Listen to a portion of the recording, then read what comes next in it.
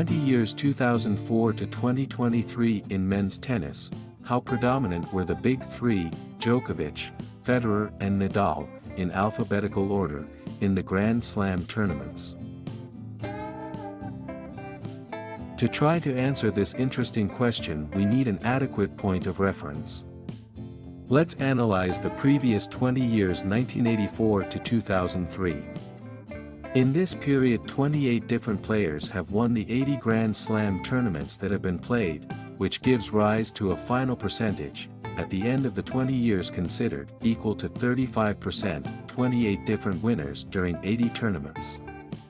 The top three in terms of number of victories were Sampras, Agassi and Lendl, as shown in this summary table of the 20 years 1984 to 2023, in which the victories of these three players are made more visible with colors.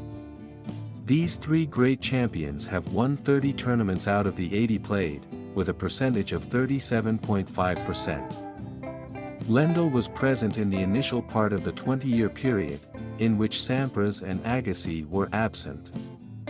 Federer appears in the last year, winning at Wimbledon. As you can see, there are many white boxes, relating to the other 25 winners, for the remaining 62.5%. Let us now see the situation detectable at the end of the 20-year period 2004 to 2023, which is about to end.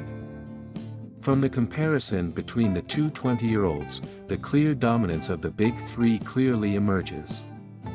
In this second 20 years only 12 different players, instead of the 28 of the previous 20 years, less than half, have won the 79 Grand Slam tournaments played in these 20 years. In 2020 the Wimbledon tournament was not played due to COVID.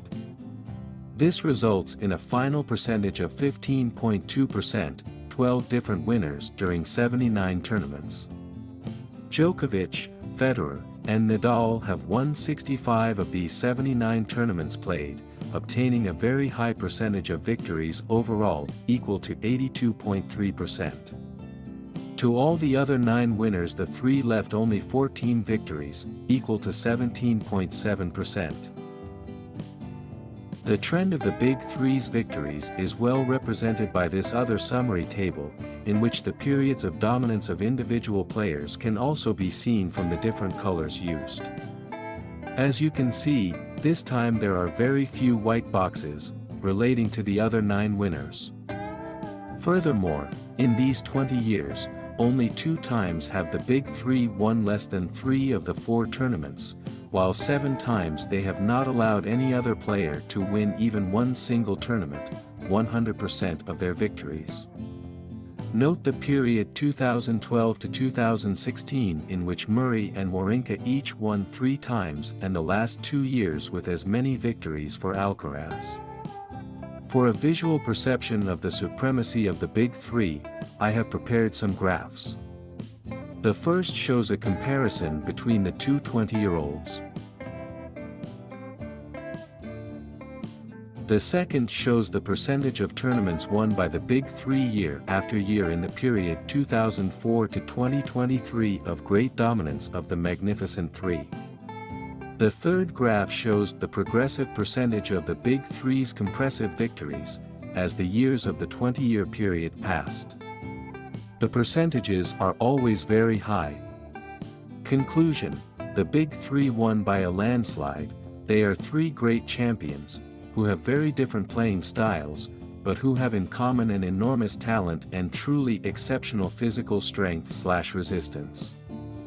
We were lucky enough to witness a truly special period in the history of professional men's tennis.